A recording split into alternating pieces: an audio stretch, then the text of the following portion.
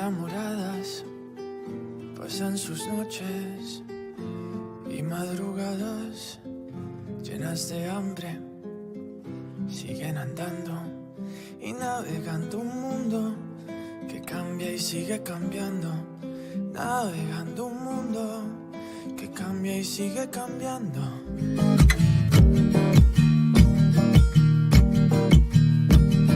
Sigo cruzando ríos, andando selvas, amando el sol. Cada día sigo sacando espinas de lo profundo del corazón. En la noche sigo encendiendo sueños para limpiar con el humo sagrado cada recuerdo.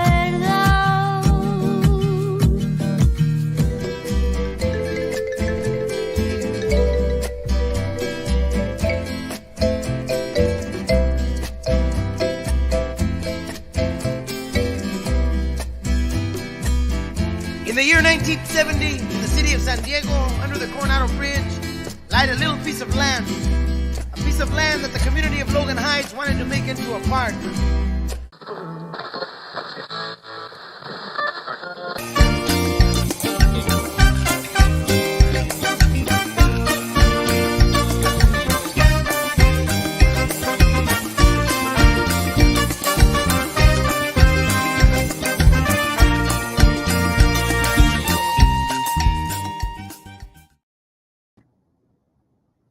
Hi, everyone, and welcome to the Penguin Young Readers Picture Book Fiesta.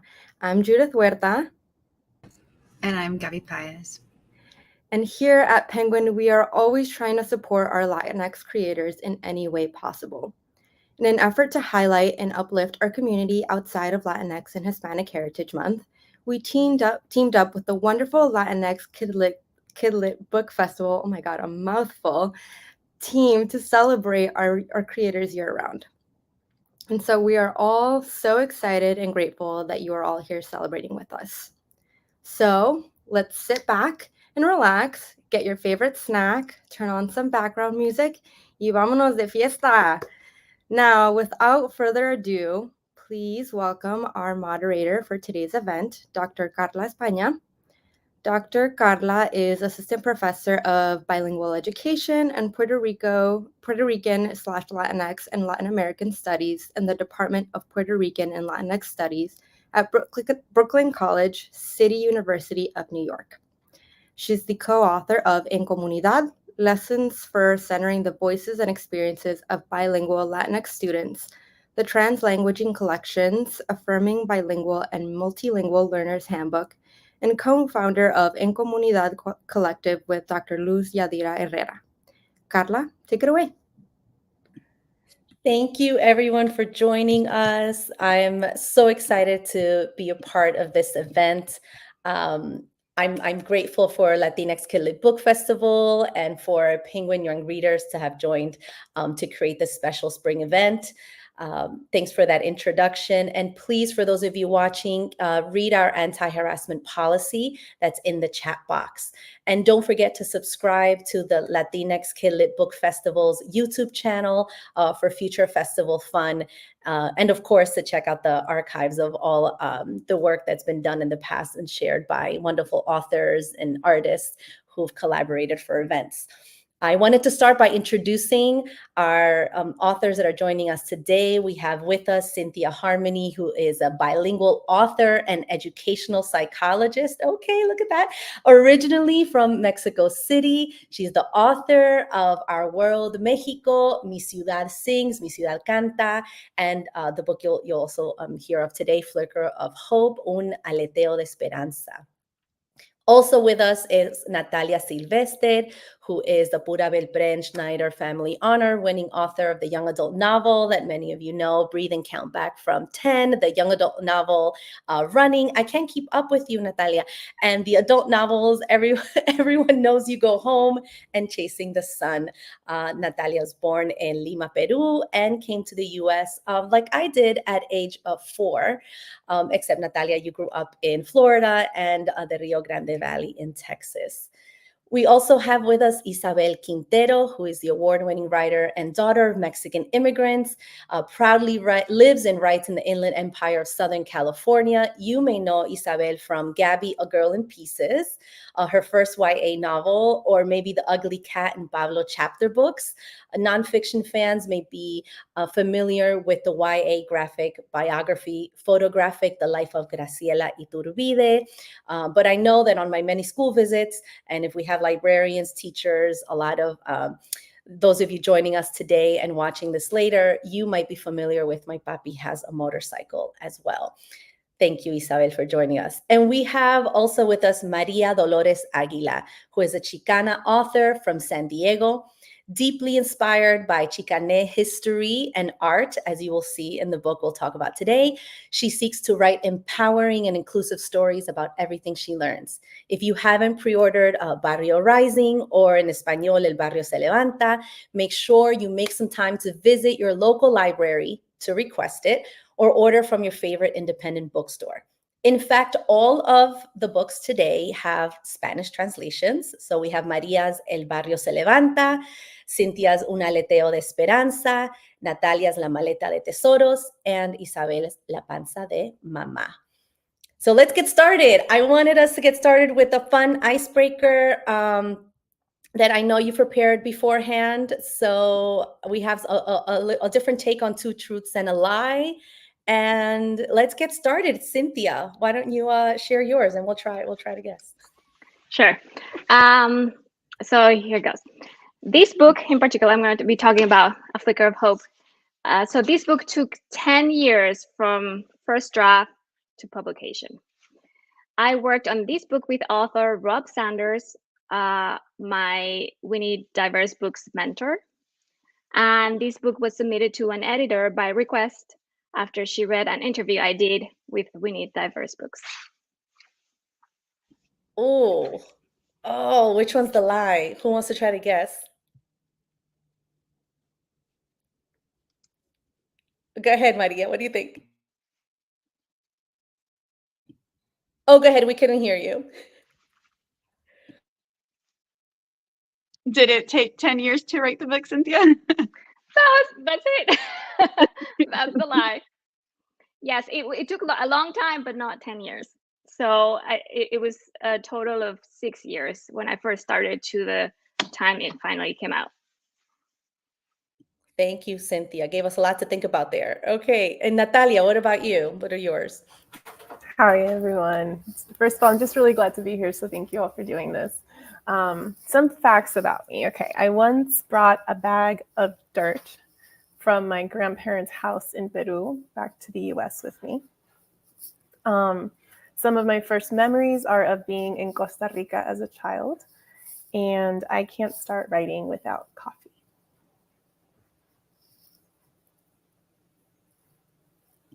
All right, who wants to try to guess which ones? Go ahead, Isabel.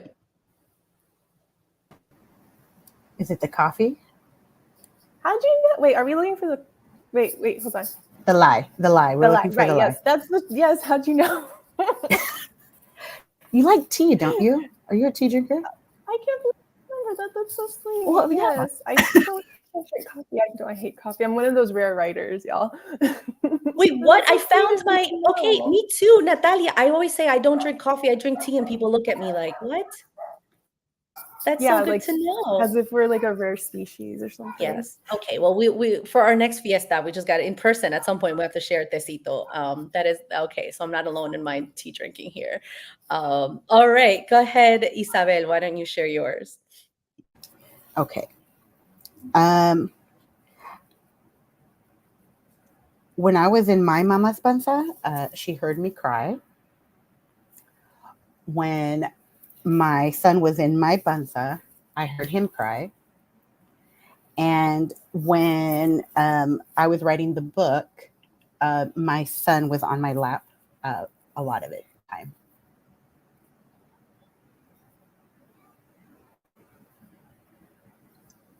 So is it the last one? No.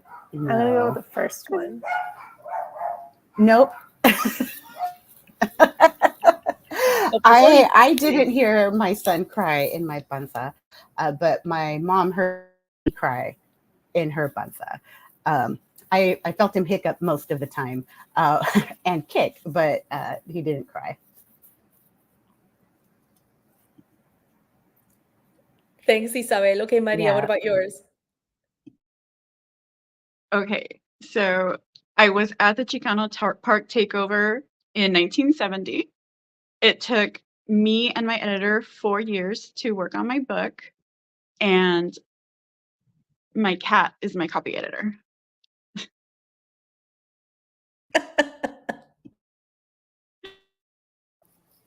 I'm going to go with the cat as the copy editor. Actually, I think I messed up because I said 2 lies and a truth. I was counting. I was like, I'm just doing the years. Yeah, I was gonna say the first one because 1970 seems like a long That's time. true. That also seemed off too. I was like, I feel like that's something you would say on school visits to see like if the students would be like, how old are you? Oh my goodness, that's hilarious. No, I Okay, was, yeah. That was 14 years before I was born. thanks. You know, Maria, you're just doing a different spin on this 2 truths and a lie. We're like, we're gonna switch it up to 2 lies and a truth. Okay, so now we get to know each other a little bit better. Thanks all of you for sharing those. I wanted to get started in our discussion with there was music playing as we started, and there were those slides about the snacks. And so I came prepared. I have my empanadita de mi papá me hizo empanadas this weekend, empanadas chilenas, because it was my mom's birthday. So my dad made empanadas for everybody. So I saved them for this special event. So besides learning about the snacks that you loved on the slides, I saw that there were some songs playing in the background. So it'd be great to introduce your books by explaining why you selected that song as your theme song for your book. So a little spin on the book introduction. And so why don't we start with Isabel this time? Why did you select the song that you did for your book? I selected a song because it's the cumbia song by Niño Crusaders and Frente Cumbiero. And I love cumbia and music. And so my son listens to cumbia all the time. And we have, you know, one of the first things he started asking for on the radio. Well, now he listens to pirate jams, pirate shanties, which are inappropriate a lot of times, but he doesn't understand stuff right now. So we're keeping it that way for a little bit. But in the car, he'd be like, oh, put on cumbias. Is that cumbias? Put on cumbias. And so Niño Crusaders is one of the bands we'd be listening to. And the book has a lot of movement, a lot of action. Well, not a lot of action, but it's a lot of movement and playfulness. And it just makes me think of playing with my son. The other song that I had in mind was Hay unos ojos by Linda Ronstadt, because that's the song he was born to. And since the book is for my son, that's what was playing when I had my C-section. The anesthesiologist was very kind and played Linda Ronstadt for me, Chabela Vargas for me, while he was coming out of me. But cumbia really is something we like to dance to and listen to in the car and enjoy together, as well as do all the stuff in the book together. So I just thought it'd be fitting. Thanks, Isabel. What about you, Natalia? What was the song you picked and why? How did it connect to your book? Yeah, so I chose Natalia Lafourcade's Hasta la Raíz. And here, I'll tell. So, yes. Okay, so A Maleta Full of Treasures is about Dulce and her abuela, and how when abuela comes to visit Dulce and brings a maleta full of things that make her feel connected to her home country in Peru and to all her family there. And, you know, she actually has never been to Peru, and she has a lot of family there that she has never met. And yet these roots they run so deep, and the love between them spans all the distance in the world. And it's something that really makes me think of that song and just the power of the ways that we stay connected, right? Even despite time and distance. And it was just something that was really at the heart of this book. So, yeah. What about for you, Cynthia? What was the song and how did it connect with the book? Yes, so the book is called A Flicker of Hope, A Story of Migration. So it's a parallel story about the monarch butterflies and about Lucia and her papa when he leaves in the spring to go look for work in the United States, and then the monarchs leave the reserve in Mexico to go to Canada for the spring and the summer, and then they come back the next winter. So I chose Dos Oruguitas, which is in the Encanto soundtrack. The video played the first part of the song, but the last part, I think it's the last verse that it sings about mariposas. So it is about the process of the oruguitas and then the mariposas at the end. And I chose it because I love the very hopeful tone, because the lyrics are about mariposas and the future. And I think it really relates to what the heart of the story is. And I chose it actually because of my daughter. She's 12 now. My son is 9. So I was asking them, like, I don't know which song would work best for this book. And then my daughter was like, oh, how about that? Because I didn't want to just choose any song about butterflies. They had to have that cultural, heritage aspect. So, and she was like, oh, how about this one from Encanto? And I didn't even remember the song well. So we listened to it and I was like, oh my gosh, that's so perfect. So my kids are so helpful in everything that I do that it has to do with books. So yeah. That's because we don't hang out, Cynthia. If you were in my home, you would know the whole entire Encanto soundtrack. I will sing it to you. And Dos Oruguitas it's just always, it's very moving. I added the lyrics that you were talking about at the end of the song to the chat so people can see that there. Oh, okay. Thank you. And then we chose the Spanish version because I think there's an English one as well. Yeah. Yes. Thank you. And there's a beautiful performance of when the cast of the film got together to perform for the first time, because they had recorded during the pandemic shutdown. So there's this beautiful concert of them performing at the Hollywood Bowl. Yes, I need to check that out. Yes, I said this song, the original artist couldn't perform it, and so they had a different artist, and children were singing. So I'm always moved by it. Yeah, so something else to play in the household and connecting to the book. I love it, connecting to A Flicker of Hope. And Maria, what was yours? So the song I chose for Barrio Rising was Chicano Park Samba by Los Alacranes Mojados. And I chose that song because, one, it tells the story of how Chicano Park came to be, but it's also a song that a lot of people are not going to know about, just like a lot of people don't really know the story of Chicano Park. So it's kind of something that happened at a community grassroots level that you don't really know until someone tells you. So that's why I chose the song. And it's also a very joyful song, just like Barrio Rising is a very joyful book, a celebration of the community. So that's why I chose that song. And you were not around there to see that Barrio Rising event, just to clarify. No, I was not. But you do get to write about it because you are connected to the community and study this history. So we do appreciate you doing that. Thank you, everyone. I love that.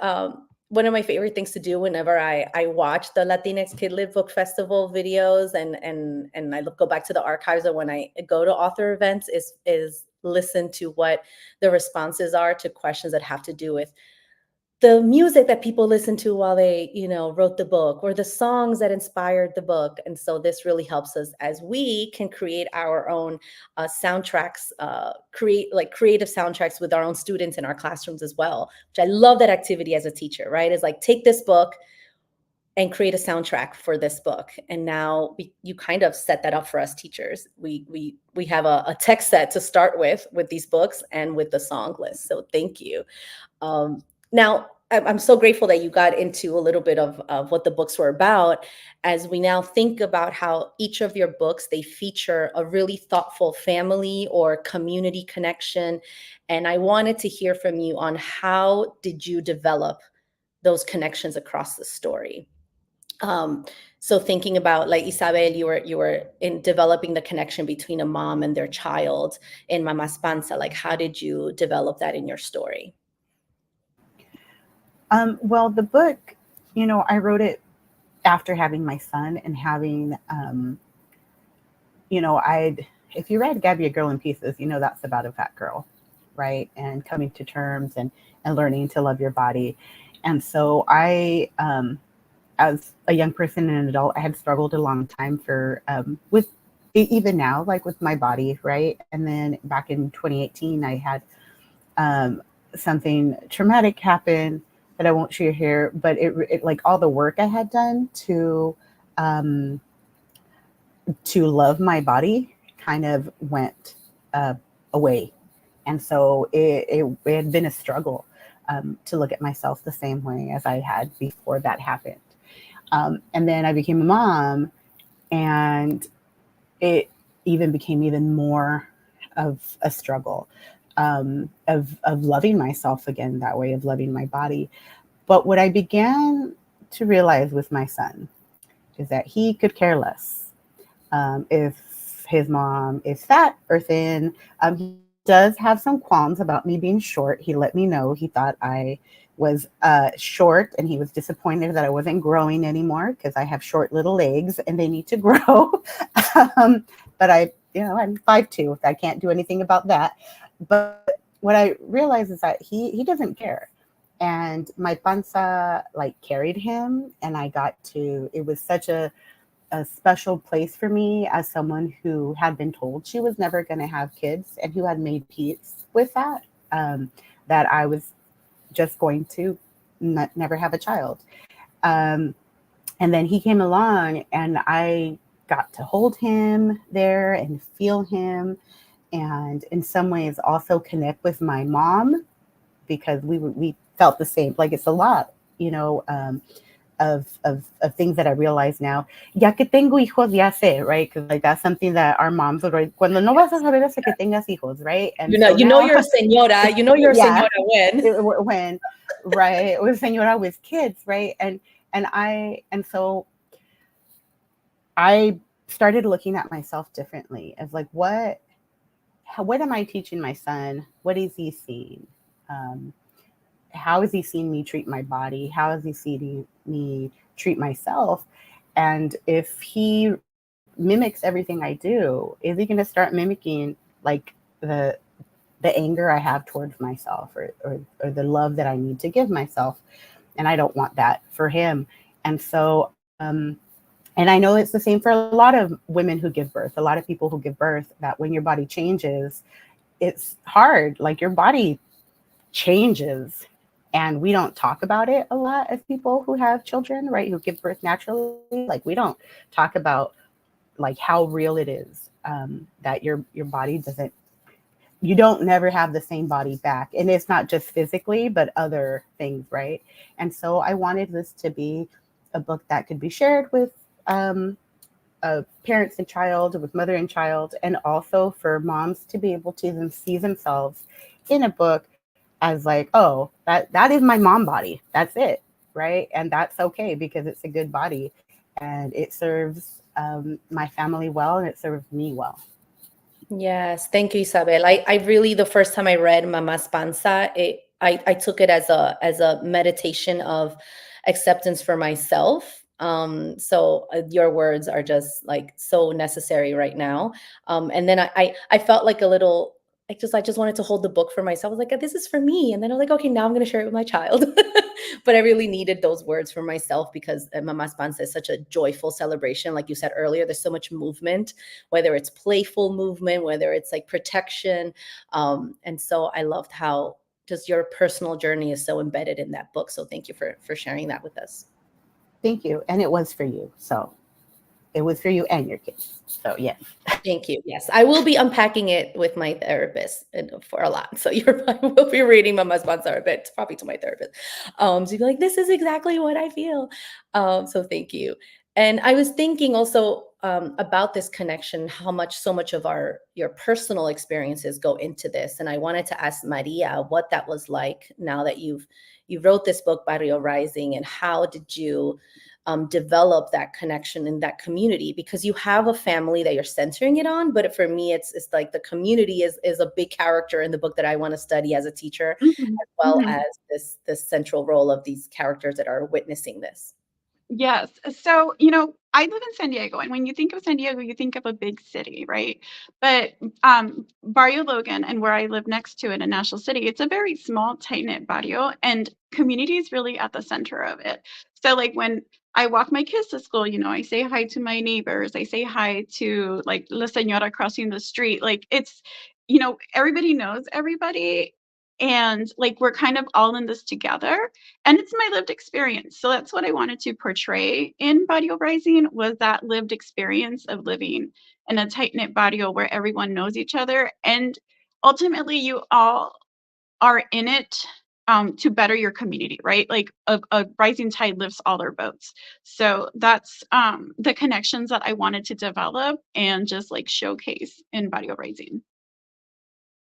And then I guess a follow-up for you, Maria, because it's more of the work that I do. I'm in a ethnic studies department, and as we all are aware of, like the movements to like ban ethnic studies and the tides that go up and down in this country. And so we're in La Lucha. I'm on the East Coast of a version of that. What did that look like in terms of the research as you were doing the study? Because I know a lot of teachers, when they look at books like Barrio Rising, they'll want to partner it with like other texts that are like nonfiction, primary sources, and try to curate a text set for students to say, hey, we can learn from this time period in this community because we see things like similar things happening in communities right now. So what was that like experience for you in developing the story while you were also doing research? So I like Cynthia's a lie. My research actually took close to 10 years, and it took me that long to write the book.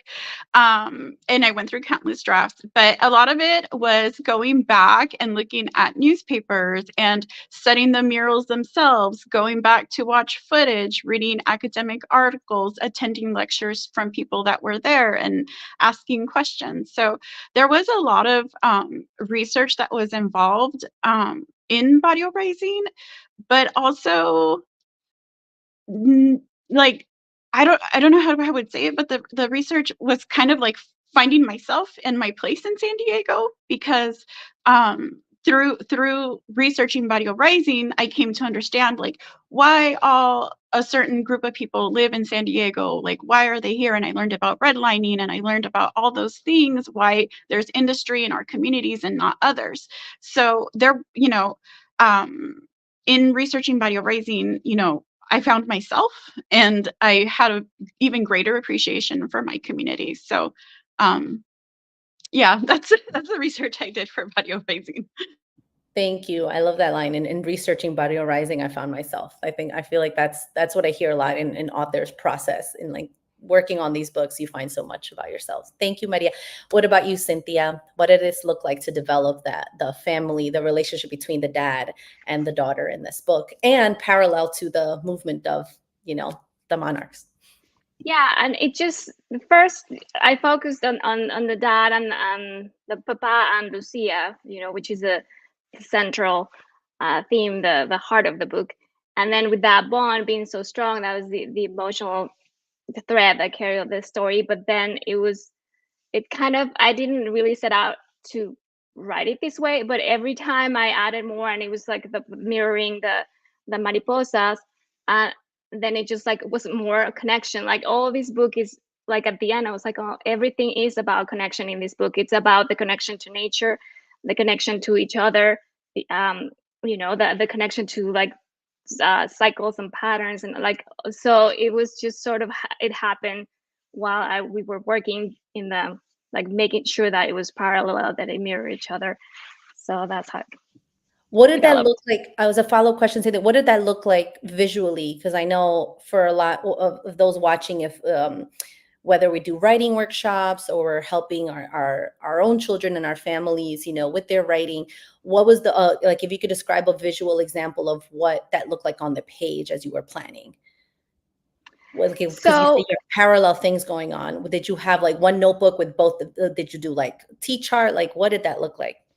So I'm not normally, like, I don't write guidelines for anything, which I wish I did. Honestly, I would recommend the other way.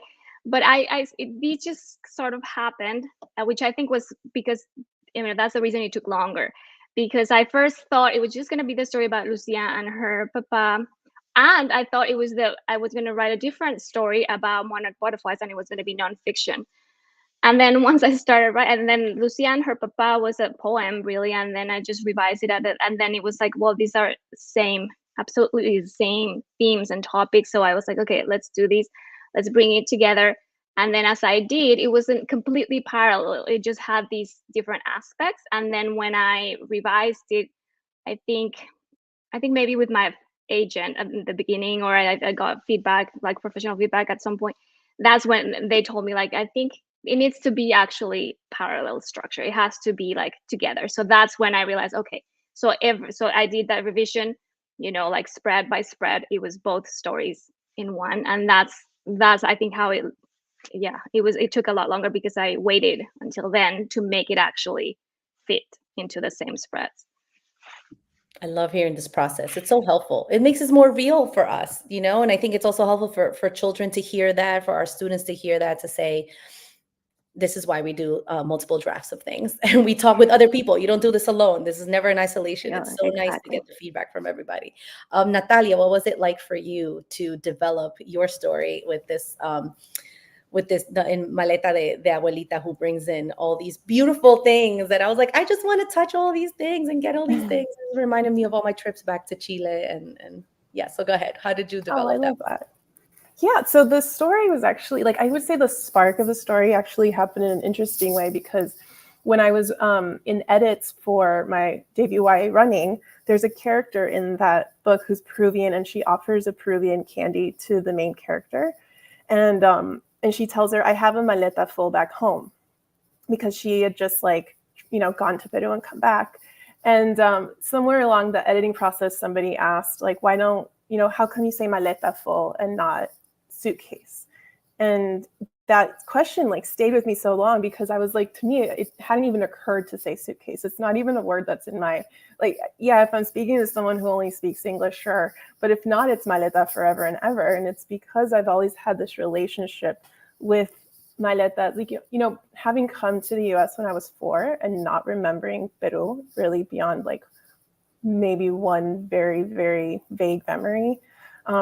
And because of the ways it worked out with our papers and immigration, I didn't get to go back to Peru until I was almost a teenager. And so really my whole childhood, Peru was the only way it stayed alive in me was through family and friends who would come to visit, and they would bring not just themselves, but they'd bring these maletas full of things that really made me feel like I knew what Peru tasted like. I knew what Peru sounded like, because, they would bring music, or, we get to talk to our cousins, and, I would know what Peru smelled like, because it was like this woof that would come, that they would bring into our home. And just all these connections. I remember my mom used to ask friends to bring Peruvian textbooks back to my sister and I, so that we could learn Peruvian history through a Peruvian lens, instead of the random tiny bits of it that we might pick up in schools here in the US. And so it was just, for me, to bring those connections onto the page were very sensory. Because I didn't have memories, the only ways that I could try to make it alive was through just trying to build it in my own imagination, and I remember I had my aunt once, she brought me a pendant of the Mono de Nazca, which the Nazca lines in Peru, one of them is the monkey, and I had not known about the líneas de Nazca until she did that, and it brought about such a sense of pride.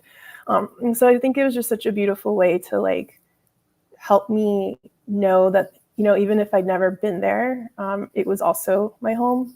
And just the letters that they would bring from relatives and everything, that was just so tangible, in a way when the distance would make it really impossible otherwise for us to actually be physically together. So yeah, the other thing too, and that's only one part of it, right? I know throughout the process of the book, every time my editor would send, the illustrations by Juana Medina and her sketches, it was so healing to my inner child. Because I just thought, I never grew up reading books that looked like my own home. And I never grew up reading books that maybe made me think that there's someone, there's an editor in a New York publishing house thinking of little girls like me. And here we were, creating this book together. And so it was just so wonderful. And I think such a labor of love.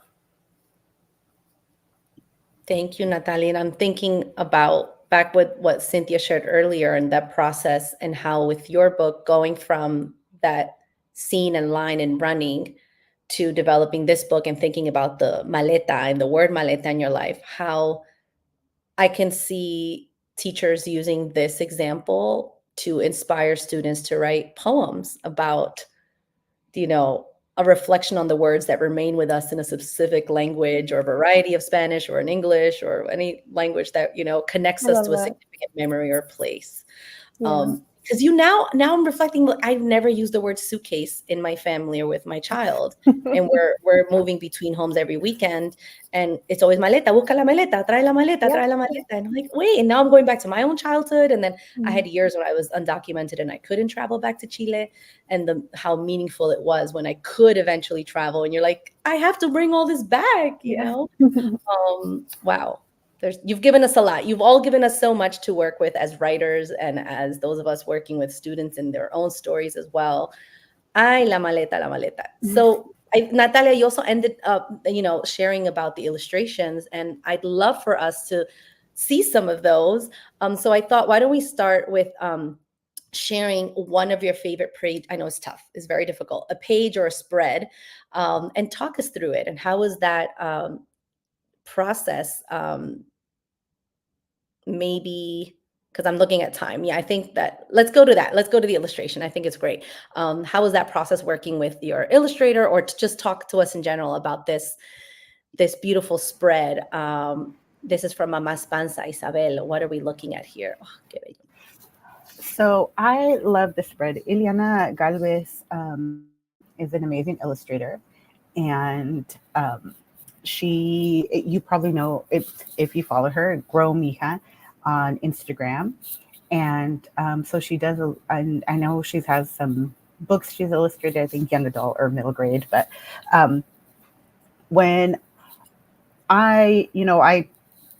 we talked about different illustrators that we could work with, and I knew this was going to be a beautiful spread, just because I followed her before I knew that she was potentially someone I would be that would be illustrating my words.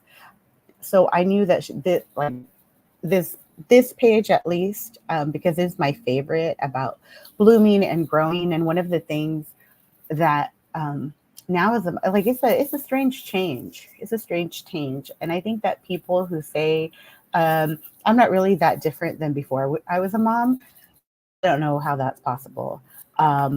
Because for me, I've also had this strange realization, I am connected to all of nature.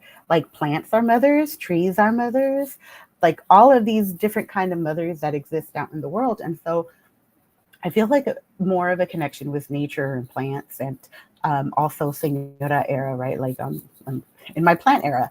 And so I just love the idea of blooming, of a pregnant woman who is blooming and growing something, who was not blooming yet, but is ready to bloom soon. And so I love the happiness and the joy in this page, and how she is just so happy. And how the plants behind her reflect it. We've got strawberries. And so Ileana has this really great way of drawing people. Also, I knew she was going to draw a bigger, a fat woman, beautifully, because she's so good at that. She just draws beautiful fat people, and I love it.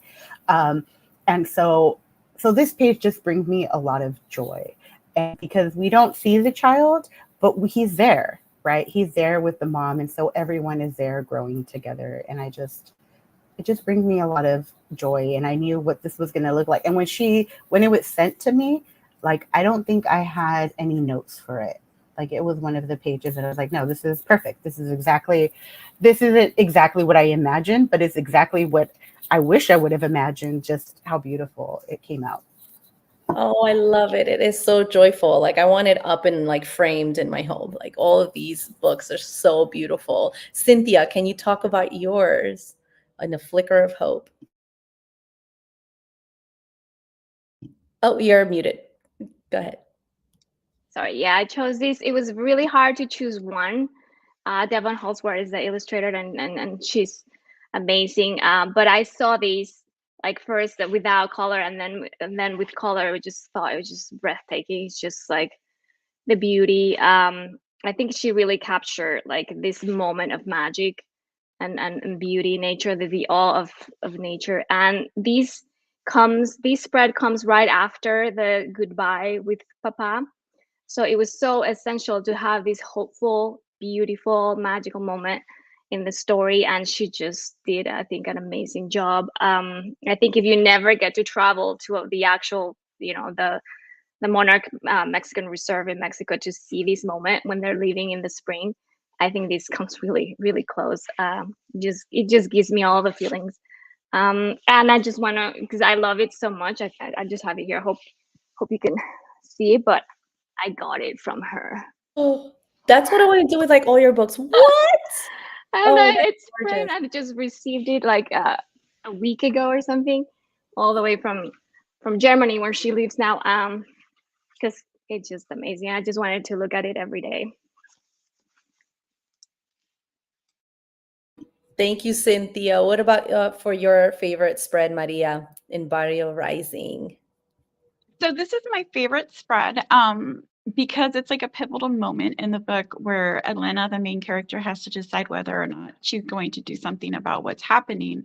And I love it because I love like all the little Easter eggs. They're in a tiendita, so I like to go see like, oh, look, there's a pan dulce and there's this and there's that. And I love that. But I also love the set out on the side where she's like standing really determined. I just think it gives it like a really, I don't know, it moves the story forward. So this is one of my favorite spreads. And I love Magdalena's art style. I think it's so amazing and so soft and ethereal. Like I just love it. I love how you said it moves it forward. I didn't even think about, oh my goodness, there's so much here to unpack too of how, yes, the collaboration between the words and the artwork. Oh, gorgeous, gorgeous. Natalia, tell us about A Maleta Full of Treasure here. Yeah, so this was one of the first spreads that I remember Juana sent us, and it just like, it felt like it was plucked out of my own childhood because I have so many memories of, the moments that we would anticipate a family member arriving, and we'd circle the airport, hoping that we would find them. And then when we finally did, I love the almost goofiness of the dad, struggling with the maletas, and but and the tenderness with Dulce and Abuela, finally getting to hold each other. And I think also there's a line there that like he kind of groans like, "Mami, es un montón," and it's like the heaviness of them, but at the same time, later in the book, the weight of the maletas is mentioned quite a lot. And that was important because I remember how much in my own family we would obsess about the weight.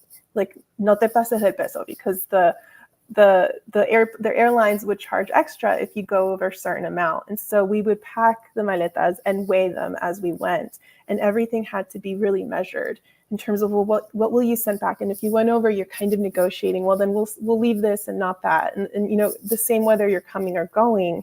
And at the same time, so many of these things, even when they're physical, and in the book, it is treasures, they're not necessarily expensive things. It's, their worth and their value is in what you're sending along with it, which is just like your own cariño, like your own longing and your own like care to your relatives. And in that sense, it's like, it makes me think so much of like, well, what's the weight of our memories, and why do we end up having to go through this transactional process of quantifying it and having to pick and choose, right? And so there's like a bittersweetness there, but then there's also a moment where Dulce realizes like she can send things back, and she says to Abuela, "I packed light." And I just love the ways that we can think of that in two ways. It's like, yeah, no pesa mucho, pero also we're sending our light, And that's just, so I love that this spread starts that narrative and sets it all up. Thank you, thank you, thank you. Thanks for sharing those illustrations with us and your favorite spreads. For our last official question, I wanted to know, and if you could share with the rest of us, we heard a song that you'd pair with the book, and we have this beautiful pairing here that exists in this conversation. What's another book that you would put in conversation with your own? And let's start with, let's go with Cynthia and then Natalia. So I chose, real quick, I'm going to go through that. Just the one nonfiction, which is called What's Inside a Caterpillar Cocoon. Because of all the kids, I've been doing visits, and then the kids always have this like curiosity, and they have more questions about the butterfly. So, you know, all the kids that want to know more can go to this book. But for theme, I chose Tia Fortuna's New Home by Ruth Behar and Devon Holsworth. Because the theme is a theme of moving away, of a goodbye, and moving forward into the future, unknown future, and it has these themes of bringing your cultural heritage with you. In this case, the Jewish and Cuban heritage. So I really think it's similar. And then also, you know, the classic Dreamers by Yuyi Morales, because it's the immigration hopeful theme. So I chose those two. Thank you. Okay, Natalia, what about yours? I love that you asked this question because literally the week before my book came out, I got to attend the book launch of Sita Singh's Mango Memories, and it's illustrated by Nabi H. Ali. And I was sitting there thinking, wow, our books share so much in common, because Mango Memories is about a young Indian girl's first mango memory, and all of the family members who share, you know, what's the first time they picked a mango, or, you know, what's the most, the mango memory that is most, that pops out the most for them. And it just has such a sense of nostalgia, but also, you know, echoes the importance of these really rich sensory experiences that just shape so much of the narratives that we have and the connections that we have amongst family. So I thought it was really beautifully done. All right, Mango Memories. And for you, Maria? I think if I had to pick a nonfiction book to go with Barrio Rising, it would probably be Separate is Never Equal by Duncan Donat. I'm not sure if I'm going to say his name right, Donantui. I think, yeah, I think I would choose that one just because it's another spotlight on Mexican American history that, you know, is sometimes not taught as much as it should be. So that's why I would choose that book to go with Barrio Rising. And Isabel, what would your pairing be? Well, I'm going to cheat because I'm going to be honest. I skipped that question because I saw dessert, tres leches, flans, and churros, and that's where. Oh yes, we're getting to that the last. That's where my vision went. My eyes went. And so I think, you know, I'm going to cheat because I think there are so many books about parents out there that I think that Mama Espanza would be a good addition to add to a list of like, what does parenting look like with one parent, with two parents, with grandparents. And so I think it would add conversation, it would add a lot to that kind of conversation, right? Just, you know, relationships in general. So I'm just going to say that, like all of our books, I feel like teachers can use them in so many different ways, and that there's room for them in a lot of spaces. Yes. And because you led us to this, we're going to end our conversation with this one question for the lightning round, which will be dessert. Which one? You've got to choose. Tres leches, flan, churros, or Dominican cake? Go ahead, Cynthia. What's yours? Yeah, I'm going to go with tres leches. Tres leches, Natalia. Churros. Churros, Maria. Tres leches. Oh, we got two tres leches. Okay, Isabel. I'm going to say flan. Flan. All right, so we got a little bit of everything. I'm going to go with Dominican cake because I grew up in this very Dominican community, and that I'm a big fan of Dominican cake. It has been a joy to just hear from all of you, to see some of those spreads. I want to thank you all for joining us. And thank you for those who are watching live and those who will watch later. Thanks for attending our picture book fiesta at the Latinx Kid Lit Book Festival. You know where to find us on the Latinx Kid Lit Book Festival YouTube. And keep on reading, keep on supporting your libraries, and pre-order some of these books. Order those that are available too, for your libraries and from your independent bookstores.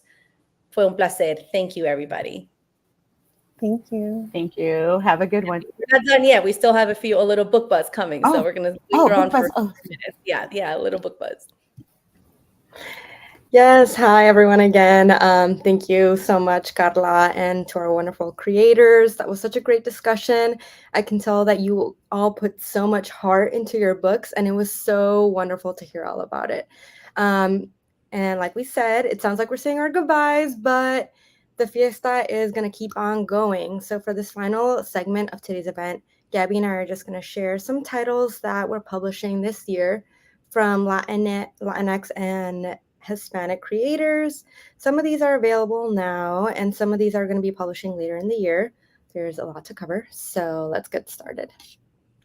So I'm going to kick it off with another book by Ruth Behar, the Purell Prey winning author of Lucky Broken Girl and Letters from Cuba. Across So Many Seas is inspired by Ruth's paternal grandmother's side of the family, who are Jews from Spain. Spain has a huge thriving Jewish population until the year 1492 and the Spanish Inquisition. That's when Jews were given 3 choices: convert and stay, get expelled right away, or get hanged. Ruth's ancestors made the choice to leave, and starting with that choice, we then follow other important choices made by 4 different 12-year-old girl descendants of the same family during 4 different time periods. There's so much fascinating history for each girl up until the last is discriminated against for their religion and for being a girl. I love this book and learned so much. I highly recommend it. And inspired by his own childhood and packed with clever illustrations, world-famous entertainer George Lopez's sequel to Chupa Carter sees Jorge finally feeling at home in his new town, thanks to his awesome friends Liza and Ernie, and especially Carter, the Chupacabra. But rumor has it that a petrifying party decoration floats around, setting eerie fires to avenge a long-ago betrayal. Can Jorge and his friends catch the culprit? This spooky and fun sequel is now out in paperback. And accompanying the paperback of the sequel is the 3rd book in this hilarious series, A Cursed Aztec Dagger, a 500-year-old witch's riddle, and a screaming sombrero. These are the ancient artifacts that mysteriously hold the answer to the location of the priceless El Dorado treasure hidden in New Mexico, not far from where Jorge and Carter live. When their friend Ernie's dad is accused of stealing the artifacts, it's a race against time to clear his name. They find help from the unlikeliest and loudest source they've ever met, a sombrero that screams. Together with brainy Liza, the oddball heroes discover the real culprits are a devilish ring of thieves who are after El Dorado's treasure. The pals lay a cunning trap to make the thieves confess, but they realize too late that they're the ones being trapped, and there's no one left to save them. In Sing It Like Celia, Salva Sanchez's story begins as her mother mysteriously abandons her, and she has to go and live with her strange father, who is a flighty investigative journalist in a trailer park. She has no friends, no mommy, and no idea where she really is. The only thing Salva can rely on is her favorite singer, Celia Cruz, whose music has never left her high and dry. But when Salva stumbles upon a group of kids who have created a band, she makes new friends, battles a middle school frenemy, and even falls for a cute boy who plays the saxophone. Most importantly, Salva learns how to find agency and her voice as she sings it like Celia. Next slide. And we return to the magical town of Tres Leches in this follow-up to Feliz and the Wailing Woman. Most recently, the town was released from a curse that kept La Llorona haunting the shores of their river. But when the townsfolk were preparing to return to sunny riverside picnics and barbecues, the children of Tres Leches mysteriously began to go missing. The town suspects another monstruo, the dancing devil, is luring kids away. Brewster, the dancing devil's son, along with the help of Eva, the daughter of La Lechuza, and Feliz, the daughter of La Llorona, may be their only hope. Filled with magic, adventure, and Mexican folklore, this series is perfect for fans of the Jumbies by Tracy Baptiste. And Who HQ has some exciting releases this year, including this pretty spectacular group of Latinos, from award-winning composer, songwriter, and actor, just to name a few things, Lin-Manuel Miranda, to El Conejo Malo, and one of the most famous soccer players in the world, Lionel Messi. There's a lot to love. Next, using Mexican concepts, this poignantly poetic board book series invites young readers and children to pay witness to nature, to value it, and to become a steward of the planet. This first book from Aida Salazar and Caribe Benavides showcases the beauty and power of the moon's phases, new, waxing, full, and waning, and how they explain and interact with our natural cadences are explored. With loving and engaging text alongside vibrant and mystical art, this book is sure to be a meaningful and formative read. Next up, from the Newbery Medal winning author of Last Stop on Market Street comes a moving picture book about the perils of perfectionism. When Lucas receives a perfect score on a school assignment, he doesn't even have the chance to celebrate with his family, as each member is dealing with their own imperfect situation. But when Lucas gets a glimpse into what a perfect life actually looks like, he realizes that the life and family that he has is perfectly imperfect. Matt de la Peña's lyrical text emphasizes the values of kindness, empathy, self-acceptance, and self-love, while Paula Escobar's beautifully rich art depicts the main facets of Lucas's neighborhood. This is a book that you will want to read over and over again. And next, we have the first children's book written by critically acclaimed international literary superstar Isabel Allende. Inspired by her own dog Perla and her own son Nico, this is a book about bullying, a book about the love between a child and a dog, and a book that features a family with a Mexican-American father and cultural references. Perla is a tough little cookie of a dog who won't let anyone push her around, not even the huge dog at the park or the squirrel who is her arch nemesis. So when Nico is bullied, Perla knows she has to show him how to stand up for himself. Amidst the humor and love in this book, there's an important message about standing up to bullies and the way kids need someone to lean on in tough times, even if that someone is a beloved pet. Do you know what a chiva is? No, I'm not talking about a goat. Chivas, as you may or may not know, are brightly colored buses that are an integral part of Colombia. In this joyful and rhyming picture book, we follow this iconic bus as it navigates the rugged Andes Mountains, celebrating the rich landscape of Colombia and paying homage to the cooperative and collective spirit of the people in a small Colombian town. Debut author Carol Hernandez wrote this book because she wanted to be able to talk about her home country in a way that was kid-friendly and accessible. Paired with the beloved creator of Nightlights and Icotea, this duo has created a vibrant and dynamic picture book that you'll have to read over and over again. And next, so as a Puerto Rican and Dominican girl who spent many a summer in Washington Heights, Angélica and La Guira, as well as the Spanish edition, have a permanent place in my heart. The text is upbeat and the vibrant illustrations will move you, both literally and figuratively. Like many children of immigrants, Angélica splits her time between two countries, the summers that she loves in the Dominican Republic with her family and the parrot that sings every morning. It's the end of summer when she has to return to the Heights and start school that aren't so great. If you don't know the gift that Angélica's abuelo gives her by name, you know it by sound. La Guira serves as the backbone for merengue, bachata, cumbia, and more. The gift of the Guira, and through it, music, is what makes Angélica feel connected to her family and the island that both she and I love so much. Last year, we were so excited to publish Mother of Sharks, which explored marine biologist and world-renowned shark scientist Melissa Cristina Marquez's personal journey as an inquisitive, ocean-loving child in Puerto Rico. We're thrilled to continue our publishing with her with a new picture book, A Sea of Constellations. It's also available in Spanish, and this new underwater adventure is about Marin, the whale shark, and her best friend, Remy, the remora, who, after the ocean goes dark, sets to find answers and provide light for those they encounter. This beautiful picture book celebrating community, friendship, and supporting others in times of needs comes out next month. Maybe your students and patrons and young readers will have a new favorite very soon. And we also have some older titles now available in paperback, including a delightful romance, a humorous friendship story, and a powerful novel in verse. And now moving ahead, we have a sneak peek for our fall publishing, kicking it off with this powerful queer coming-of-age Libertad. As the contentious 2017 presidential election looms and protests rage across every corner of the city, life in Honduras turns louder and faster. High school senior Libertad takes heart in writing political poetry for her anonymous Instagram account and a budding romance, but things come to a head when Mami sees texts on her phone mentioning a kiss with a girl, and Libby discovers her beloved older brother is playing a major role in the protests. As Libertad faces the political and social corruption around her, stifling homophobia at home and at school, and ramped up threats to her poetry online, she begins dreaming of a future in which she doesn't have to hide who she is or worry about someone she loves losing their life just for speaking up.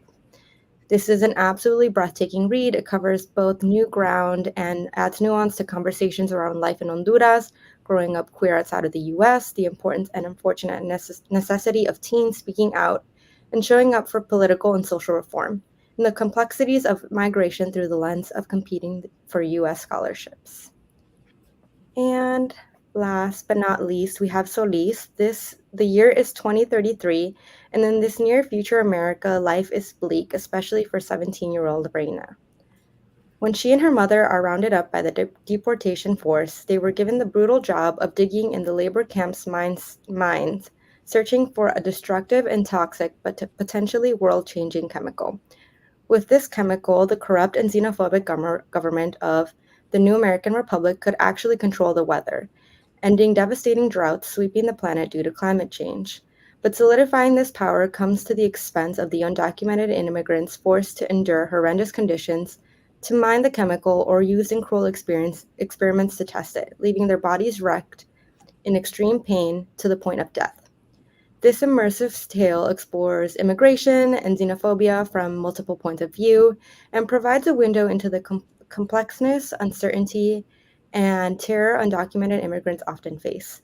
Swiftly told, this story prompts readers to ask important questions about what the impact of discriminatory policies can mean and the real hurt and destruction they can cause to lives in a propulsive, affecting narrative. Finalmente, if you're looking for more books by Latinx and Hispanic creators, please check out our book list that you can find at the link listed on screen. We have a wide variety of titles, including front list and back list that span across all ages and interests. And that's all from us today. Make sure you check out the Penguin Classroom social pages and penguinclassroom.com on the regular. We are updating the site and our pages constantly with materials for you to use, like educator guides, sneak peek samplers, videos, and more. Mil gracias for joining us to celebrate Latina books today. Thank you again for attending the Picture Book Fiesta at the Latinx Kidlit Book Festival.